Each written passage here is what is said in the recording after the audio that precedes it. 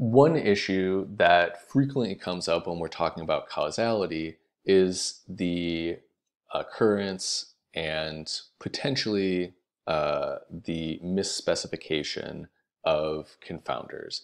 And when we're talking about confounders, the general problem is that you can imagine there are two groups that are otherwise identical, right? Now, if those two groups differ on any other factors that might cause their outcome, right, whether or not they actually comply with the treatment. So you can imagine a scenario, right? If there is something that differs systematically between group one that's meant to receive a medication and group two that's meant to receive a placebo, like your willingness to take medication, that's going to impact the potential outcome, i.e., your blood pressure, right? And this is going to end up with a confounding relationship. You might think that, oh, the treatment is really working, when in fact, the people who were receiving the medication were the only ones that were taking it. So the people with the placebo never would have had the chance in the first place. So in this scenario, right, our counterfactual is going to be wrong, and we can't necessarily make a causal claim about the efficacy of this certain medication. If you aren't doing something to handle all of these relevant confounders, either through randomization, which would potentially minimize, right, the likelihood that someone can not take medication, or some other statistical methods that we'll talk about later on in the course, then you should really try to avoid making a causal claim because it likely may not be valid. So be careful, please, always with making a causal statement versus some sort of association. To more clearly explain what I mean with regard to confounding variables, we can kind of categorize these different causal relationships, and I'm going to again use that same notation that I outlined before. So here we can imagine some treatment, again, let's say canvassers, coming to your door to encourage you to vote versus no canvassers coming at all, and our outcome Y is going to be whether or not an individual voted or not. Now, we can certainly think of variables that may cause a spurious relationship. And when I say this, I mean we might be interested in seeing what effect a canvasser has on a person's likelihood of voting, but there may be this other lurking variable that's going to influence, one, the propensity of that person to even be home, right, to receive that canvasser in the first place, and that variable may very well influence their likelihood of voting.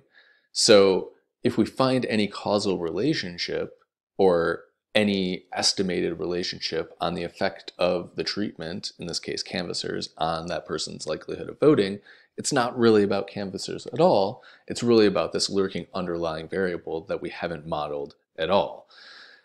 This could be something along the lines of having to work 2 or 3 jobs. That would make someone be absent from their household in order to answer the door and talk to a canvasser, and that would certainly influence their ability to get off work and to vote. There's then a third type of relationship that we can think about, which is a chain relationship. We'll talk about this more in the context of when we discuss instrumental variables, but essentially this is why we use that intent to treat framework rather than looking at just what the average treatment effect is from those individuals who actually talk to canvassers versus those who didn't. Because again, we can't control whether someone's going to be home or not. So the idea with the intent to treat framework is we have this variable z, which again is just going to be a dichotomous variable indicating whether or not someone was assigned to receive a canvasser versus whether someone was assigned to not receive a canvasser. And again, I know this sounds pretty nitpicky, but this is going to allow us to use that randomization of treatment to see whether or not an individual actually ends up voting, because again, you can't control whether or not someone is going to be home to actually receive the treatment. So again, this isn't necessarily to say that we can't have multiple causes of our outcome, right?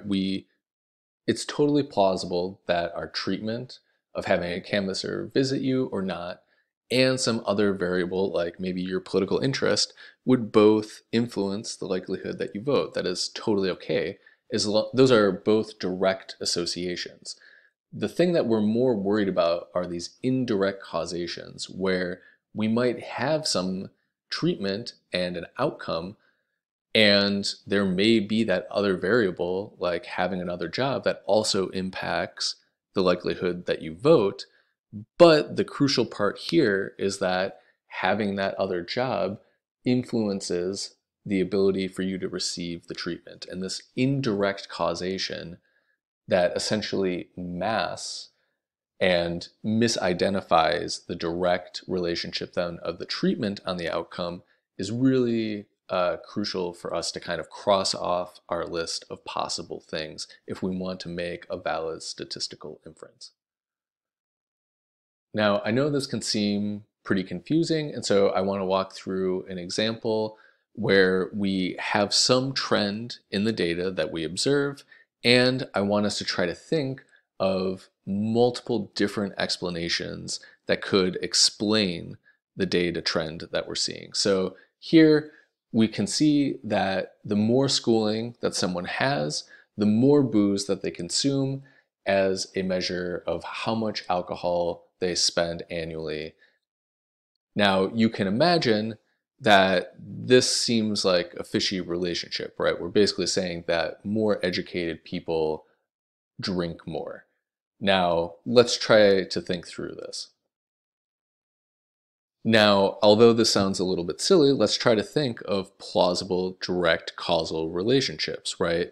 Now, you can see that an important factor to consider is that our outcome is measured in amount of alcohol purchased, right? So it could just be the case that people who have higher degrees of education also just spend more.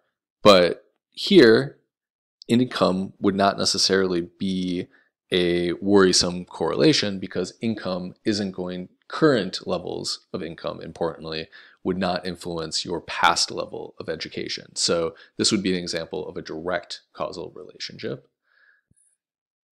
Now, the second type of relationships that we mentioned were spurious relationships. So I want you to take a second to think about what are some potential spurious relationships that would be, again, causally prior to someone receiving their education and the current amount of money that they spend on alcohol. And that might be something along the lines with maybe their parents' education, right?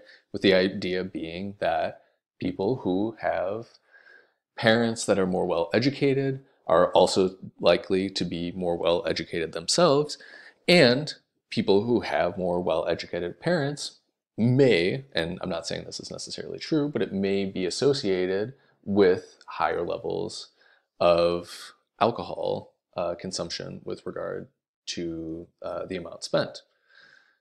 We can also think of a chain relationship. In this context, it's a little bit harder to think because essentially what a chain relationship would have to be is some way to randomize the type of education that someone receives. Now, that would be a pretty extreme government intervention, but again, that's essentially what a chain relationship is, right? It's some variable that describes the application of the treatment, in this case, the degree that someone receives, and it cannot be associated with the outcome, in this case, how much someone spends on alcohol in a given year.